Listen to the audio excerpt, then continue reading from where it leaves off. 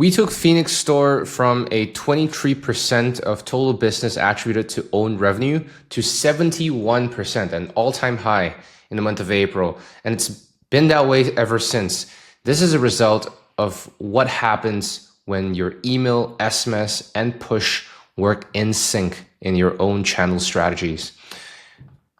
Now, Fenix Store is a veteran-owned, community-driven brand with loyal repeat buyers. We've got solid email cadence, solid engagement, but we're stuck at around 23% of owned revenue.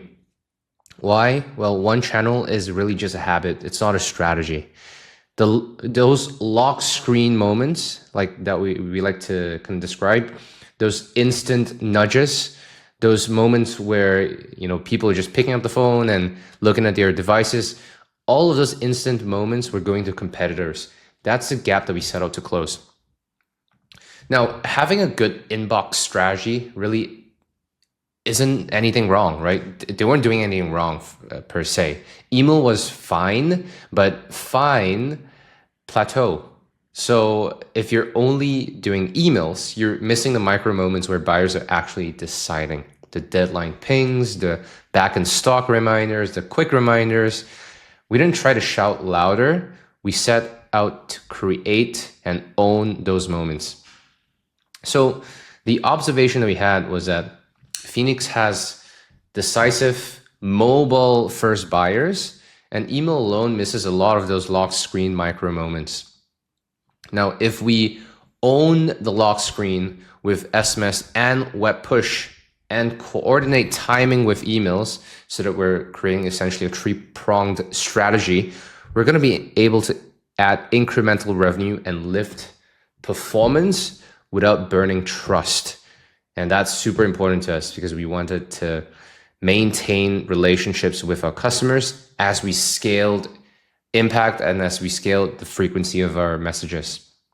So the plan here is to turn on SMS plus push and sync all three channels to the same urgency windows, enforcing channel rules, which means that email creates depth and length of content and engagement.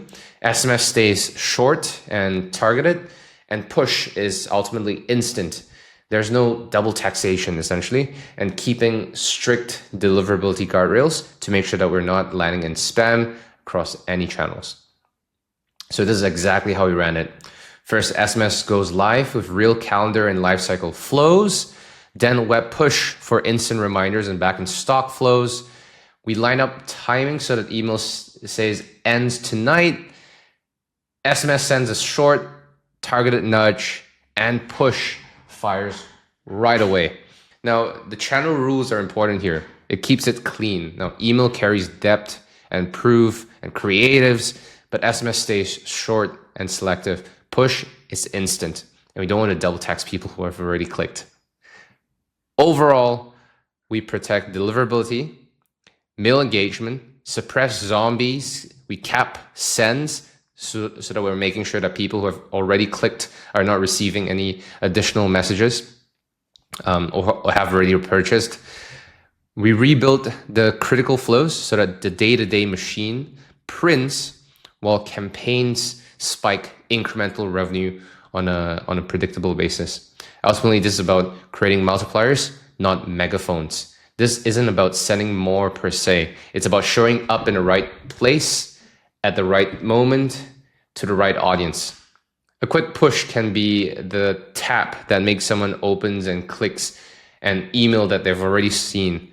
A last chance text converts the person who reads the email at lunch or dinner and forgot. The same window ultimately is what we're aiming for, but different surfaces. So same target, same objective, different surfaces, so that the ultimate conversion feels inevitable. This works very well. Now, the signals turned very quickly. Emails open rates climbed from around 30% to a consistent 50% plus. SMS click rates hit 56% during peak because it was targeted and time bound and not spammy. Very important. Klaviyo deliverability score was 80 out of 100, so that we scaled without burning inbox trust, which is super important, especially if you're sending a large volume of messages across multiple channels. Flow revenue jumped by 288% in just 60 days, and returning customers rose by 5.4 points. That's momentum that paid budgets cannot buy. Super important. So the result was a huge one, from 23% of total revenue attributed to owned revenue to 71%. This means that they're able to scale in the first 2 months. SMS was already 2% of total revenue.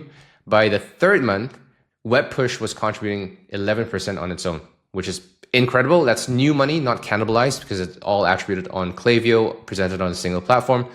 And this is huge for the business, because now on the front end, they could go out and acquire customers at a more aggressive basis with a higher budget, knowing that retention and own revenue is doing all the heavy lifting and maximizing LTV and profits.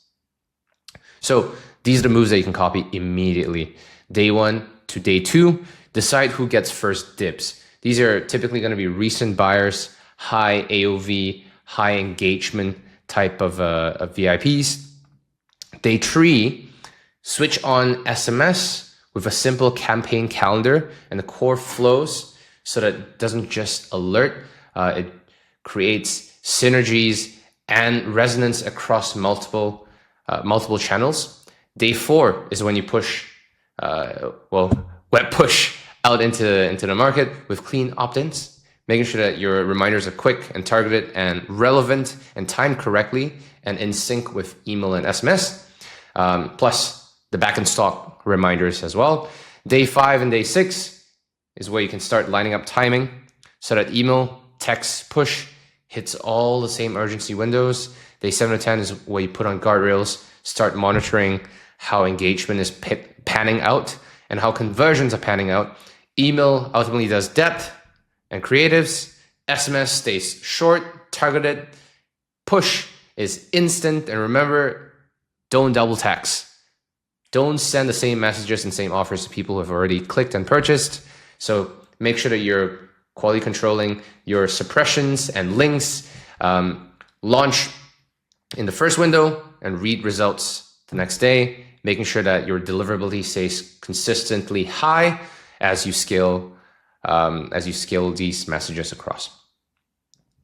There are 2 paths here. Chaos, where it's email only, bigger discounts, and really you're just tiring out your list with fatigue. Or control.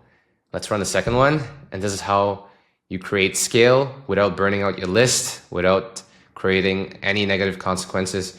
Really, you want email, SMS, and push to be in sync, with VIP first in place as your strategy and inbox trust remaining high throughout that journey. And if this is interesting to you, if you gain something out of this, you're gonna love the masterclass that we've put together with 2 of our friends, Marin and Nico.